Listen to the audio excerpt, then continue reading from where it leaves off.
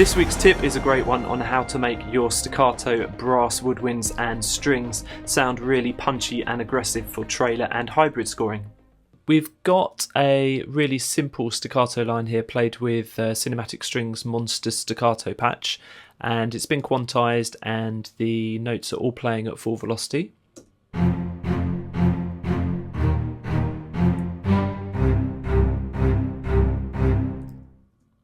So what I want to do is add a bit more punch and power to those staccatos. It would be useful if I'm doing a trailer track or hybrid, that sort of thing. So firstly I'm going to bounce the track itself, so I've got an audio file.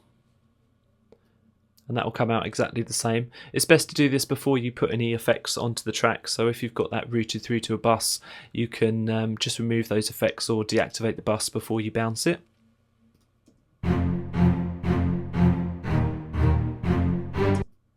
You can hear how that sounds.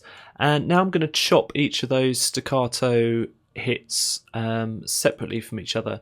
And you can do this manually, but there's a really quick way to do it in Logic. Just select the scissors tool and then hold it to the division where you want to chop them, and just keep hold of Alt. And you'll see that chop everything there in sequence. You get lots of different audio regions that are the same size.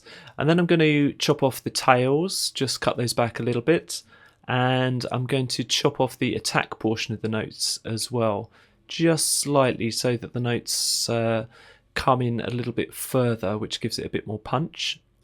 Just pull those up in line with the rest of the track. So you can hear you've got a lot of clicks and things at the moment. So we'll add a couple of fades, just a small fade at the front because we still want to keep that punch, and a larger fade at the end.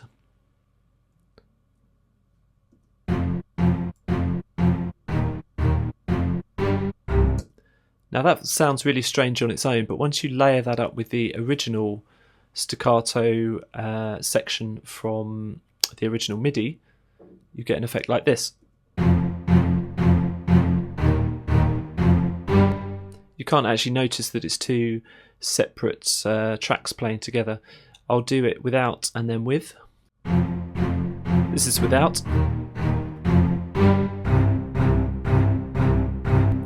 And that's with. And you can take that a step further by adding distortion or bit crushing to the chopped up version of these staccatos. We'll just use that distortion plugin from Logic.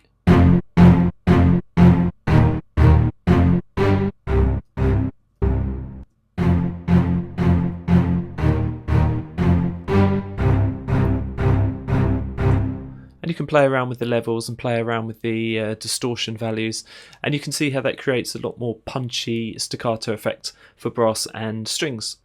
Thank you so much for watching. That's just a small taste of the Samplecast, a weekly podcast and YouTube show for sample library geeks and plugin enthusiasts.